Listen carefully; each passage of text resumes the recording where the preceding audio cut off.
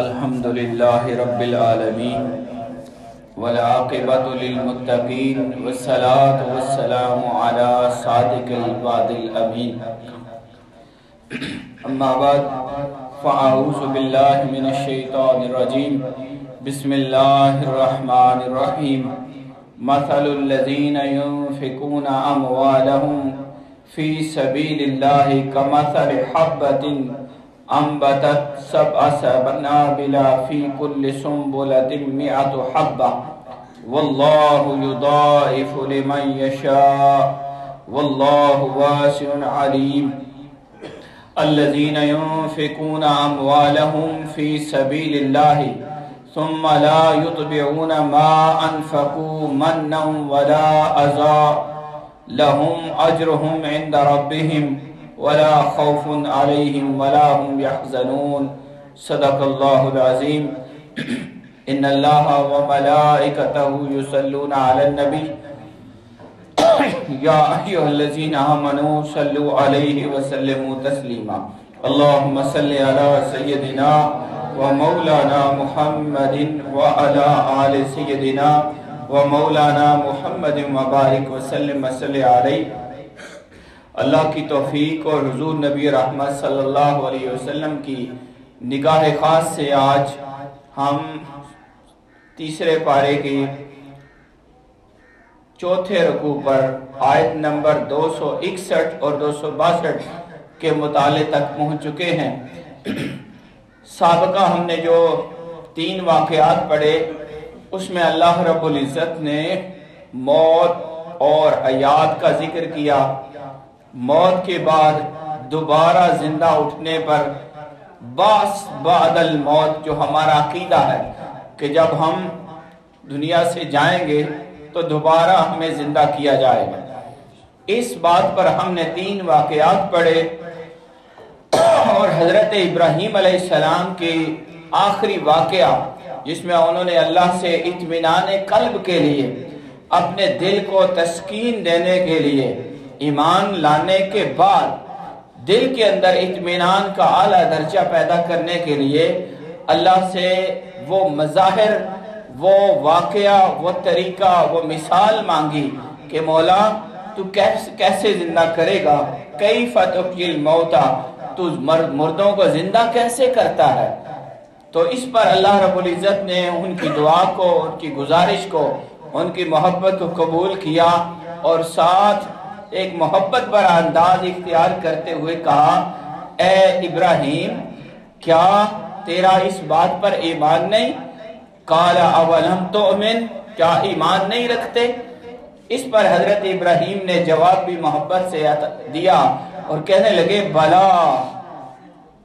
بھلا بے شک مولا میں تو تیری ذات پر ایمان لانے والا ہوں، تیرے اوپر کامل ایمان رکھنے والا ہوں، بس وَلَكِنْ لِيَطْمَئِنَّ قَلْبِي، بس دل کا سکون لینے کے لیے یہ مانگ رہا ہوں۔ اللہ رب العزت نے اپنے خلیل کی اس دعا کو قبول کیا اور پھر 4 پرندے انہوں نے لیے، ان کو مکس کیا، ٹکڑے ٹکڑے ذبح کر کے 4 پہاڑوں پر رکھے۔ پھر اللہ نے کہا ان کو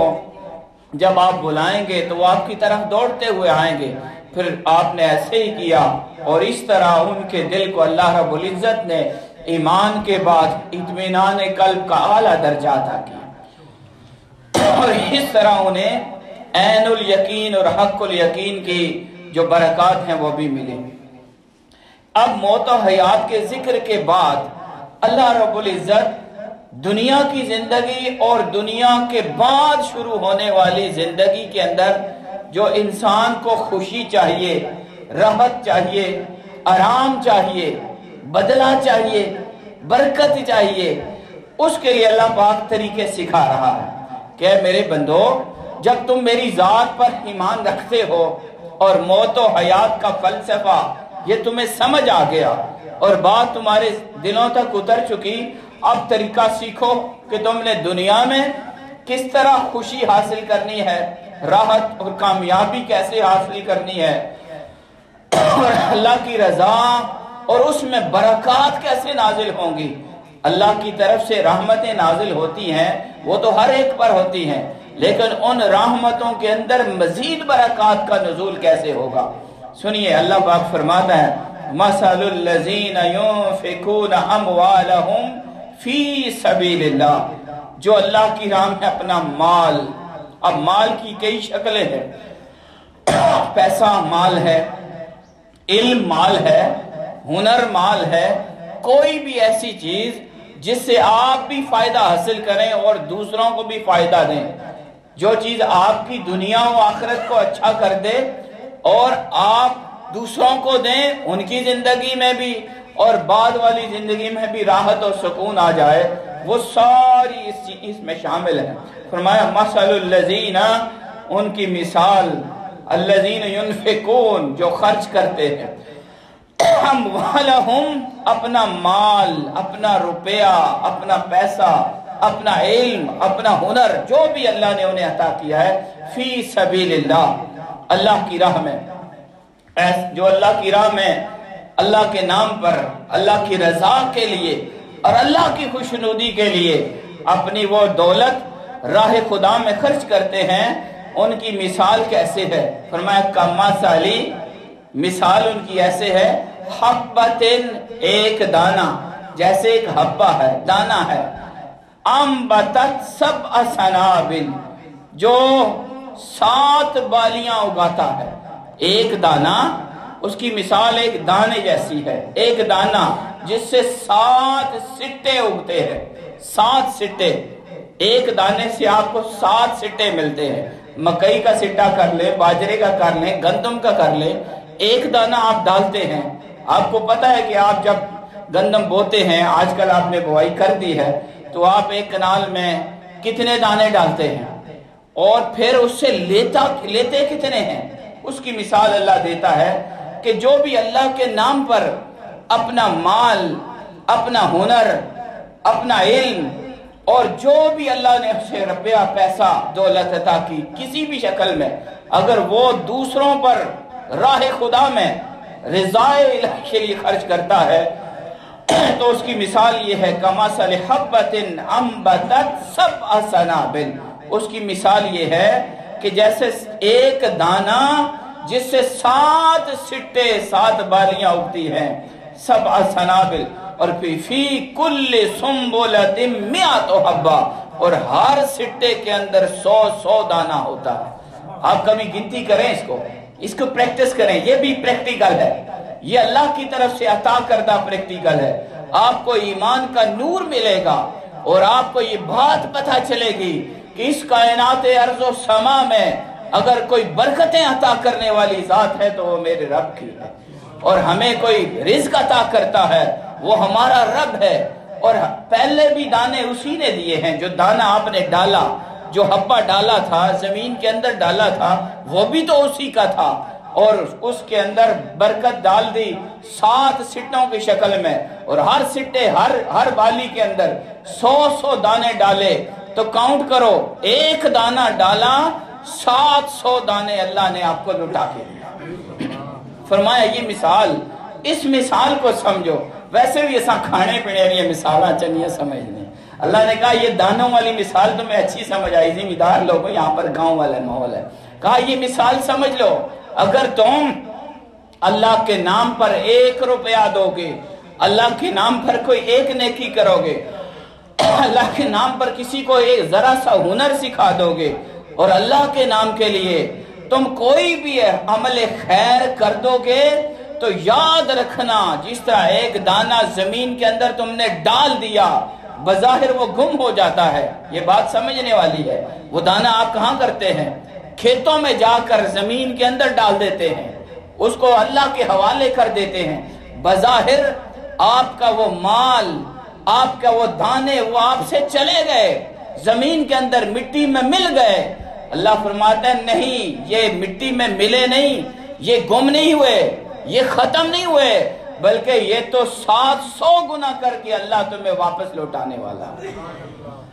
اسی طرح جو بھی عمل خیر کرتا ہے، نیکی کرتا ہے، انفاق کرتا ہے، خرچ کرتا ہے، اللہ کے نام پر دیتا ہے، یہ مال دینا بھی ہے، حاضرین اس کو ذہن میں رکھیے، تو اس کا بدلہ بھی رب کائنات اسی طرح عطا کرتا ہے۔ اللہ کے نام پر فی سبیل اللہ، اللہ کے لیے، اللہ کی رضا کے لیے، اللہ کے دین کو سربلند کرنے کے لیے اور اللہ کے نام کے لیے مخلوق خدا پر خرچ کریں یا اللہ کے دین کے لیے خرچ کریں، مختلف شکلیں ہیں۔ اللہ نے فرمایا یہ بات تو ذہن میں رکھنا کہ 7 بالیاں اگیں گی، 7 بالیوں میں 100 دانہ ہوگا، اور یاد رکھنا اللہ کا طریقہ کہ یہ بھی ہے واللہ یضاعف لمن یشاء، اللہ جس کے لیے چاہتا ہے اور بڑھا کر عطا کرتا ہے۔ 700 گنا تو ہر ایک کو ملے گا، لیکن فرمایا واللہ بے شک اللہ یضاعف، ضعفین، ضعف کہتے ہیں ڈبل کرنے کو، اللہ اس کو بھی ڈبل کر دیتا ہے۔ اگر اس کو کاؤنٹنگ کی زبان میں لے کر آئیں، پروفیسر بیٹھے ہوئے ہیں، تو اس کا مطلب یہ ہے 700 تو ملے عام بندے کو، لیکن جس نے عشق الہی کے ساتھ، اخلاص کے ساتھ، اللہ کی رضا کے لیے اور صرف اس کو خوش کرنے کے لیے اللہ کے نام پر کچھ دیا، تو یاد رکھنا وہ 700 گنا نہیں ملے گا، اس کو 1400 مرتبہ، یعنی اس کو ملٹی پلائی کر کے 7 ضرب پہ 7، واللہ یضاعف لمن یشاء، جس کے لیے وہ چاہتا ہے۔ اب کس کے لیے وہ چاہتا ہے اس بات کو سمجھنا ہے، کون رضائے خدا کے لیے اپنا مال خرچ کرتا ہے، کون اللہ کی رضا کے لیے مخلوق خدا کو دینے والا ہے، اور کون کنجوس مزاج ہے، نہ اپنے لیے خرچ کرتا ہے نہ مخلوق کو دیتا ہے۔ فرمایا یہ فرق ہے، اگر ایک بھی دو گے تو خدا تمہیں اس کو 700 گنا کر کے لوٹائے گا، اور اگر اخلاص کے ساتھ، محبت کے ساتھ، اللہ کی رضا کے لیے کسی کے اوپر احسان نہیں جتانا، اللہ واللہ واسع علیم، یاد رکھنا اللہ کے تو خزانے بھرے ہوئے ہیں، واللہ بے شک اللہ واسع، بڑی وسعت والا ہے، کائنات ساری اس کی ہے، کائنات کے خزانے اس کے ہیں، ہر شے کا وہ خالق بھی ہے، مالک بھی ہے اور عطا کرنے والا ہے۔ حاضرین میں اس کو کبھی اپنے ذاتی ایک ایکسپیرینس سے مثال دے کے سمجھاتا ہوتا ہوں، اگر آپ کی کسی سے پیار ہو، محبت ہو، خصوصی تعلق ہو اپنے بیٹے کے ساتھ، کسی کے ساتھ، تو آپ اسے اپنی جیب سے پیسے دیتے ہیں اور اسے کہتے ہیں بیٹا جاؤ آئس کریم لے آؤ، وہ لے کر آتا ہے، پھر آپ اسے پیار کا اظہار کرتے ہیں، آپ اسے کہتے ہیں مجھے بھی تھوڑا سا دو نا۔ وہ بچہ ہے، نادان ہے، ناسمجھ ہے، ہماری طرح وہ اپنے مال کو، اپنی چیز کو سنبھال کے رکھتا ہے، لیکن آپ اس سے پیار کرتے ہیں اور یہ اعلان محبت کرتے ہیں، ایک دے دو میں تمہیں 7 اور دے دوں گا، ایک مجھے دے دو میں تمہیں 70 700 اور دے دوں گا۔ اللہ کریم اس طرح کرتا ہے، آپ بچے سے کہتے بیٹا ایک بائٹ مجھے دے دو میں تمہیں اور لے کر دوں گا۔ اس محبت کے رنگ کو اس آیت کے اندر دیکھیے کہ پہلے مال کس نے دیا تھا، وہ بھی رب کا تھا، اب کون دے گا، وہ بھی رب دینے والا ہے، یہ اس کی محبت کا طریقہ ہے، وہ خالق ہے، وہ مالک ہے، وہ کریم رب ہے، وہ تو دیکھتا ہے کہ میرے ساتھ دل سے کون جڑا ہوا ہے، محبت کون رکھتا ہے، رضا میری کون چاہنے والا ہے، میری خوشی کے لیے کون یہ کام کرتا ہے، اس لیے کہ اللہ کے تو خزانے بھرے، واللہ واسع، اللہ بڑی وسعت والا، اور علیم کا ساتھ صفت لگا دی، کہا جاننے والا بھی ہے، اللہ جانتا ہے کہ کس نے یہ جو کام کیا، نیکی کا کام کیا، مال دیا، علم دیا، ہنر دیا، کوئی بھی اچھا کام خدا کے نام پر اگر دیا تو یہ کس نیت سے کیا، واللہ واسع علیم، اللہ جانتا ہے کہ اس کے دل میں خواہش کیا تھی، کیا یہ رضائے خدا کو چاہنے والا تھا یا کہ اپنا نام بڑا کرنا چاہتا تھا، اس کے دل میں کیا جذبہ تھا، نیت کیا تھی، اس کے اندر اخلاص نیت تھی یا کہ دکھاوا تھا۔ اولیاء فرماتے ہیں، بزرگان دین کی صفات میں سے ایک یہ خاص صفت ہوتی ہے، وہ کہتے ہیں دکھاوا یہ شرک کی ایک قسم ہے، یہ شرک ہے، شرک کی ایک قسم یہ بھی ہے کہ آپ کوئی عمل خیر کریں، نیکی کا کام کریں اور دکھاوے کے لیے کریں، اس لیے اللہ نے فرمایا واللہ واسع، اللہ وسعت والا ہے، گھبرانا نہیں، نام خدا پر دے کر دیکھو، اپنا یہ تجربہ کر کے دیکھو، اللہ کی رضا کے لیے مخلوق خدا پر لٹاؤ، دیکھو تمہارے لنگر نہ چل گئے تو کہنا، علیم اور وہ جاننے والا ہے۔ اگر تو دکھاوا کیا فوٹو بنانے کے لیے اور اپنے لیڈر بننے کے لیے اور بڑا عالم بننے کے لیے اور بڑا نام بنانے کے لیے اور اس طرح دکھاوا کرنے کے لیے کیا تو اللہ بے نیاز رب ہے۔ میں ایک بچے کو بتا رہا تھا اللہ کسی چیز کی پرواہ نہیں کرتا۔ شیطان نے کتنا عرصہ اللہ کی عبادت کی تھی، لاکھوں سال اللہ کی عبادت کی، کروڑوں سال عبادت کی، فرشتوں کا استاد بنا، رب کی بارگاہ میں سجدے کرتا رہا، عبادتیں کرتا رہا، کبھی کوئی اللہ کی نافرمانی نہیں کی۔ بے نیاز رب ہے، ذرا سی ایک بات کر دی، کہا تیری ساری عبادتیں رائے گاہ ہیں، مجھے کسی کی پرواہ نہیں۔ یہ بات سمجھنی ہے۔ واللہ واسعون، اللہ وسعت والا ہے، دے کر دیکھو بدلے میں تمہارے برکتیں آ جائیں گی۔ علیم، یاد رکھنا اخلاص کے ساتھ کرنا، محبت کے ساتھ کرنا۔ کوئی بھی کام کرتے ہو، عمل خیر کی کوئی قسم جو تم دوسروں کے ساتھ کرتے ہو، وہ یاد رکھنا اس میں صرف اللہ کی رضا ہو۔ پھر بڑی خوبصورت بات کی، فرمایا عمل سے بھی وہ واقف ہے، عمل سے بھی واقف ہے اور نیت سے بھی واقف ہے، وہ دینے والے کی نیت کو بھی جانتا ہے۔ اور دیکھیں کرم کی بات دیکھیں، یہ ابھی ہم نے تھوڑا سا پڑھا مزید، اللہ پاک فرماتا ہے اللہ جو ہے وہ تمہاری مقدار کو نہیں دیکھتا کہ اس نے مال کتنا خرچ کیا ہے، کتنا ہم نے خرچ کیا تھا۔ ایک کہا میں 700 دے رہا ہوں اور چاہوں تو تمہیں ڈبل کر کے دوں گا، 1400 دے دوں گا۔ دیکھنا اخلاص ہو، یہ بات سمجھنی ہے، یہ صفت اپنے اندر پیدا کریں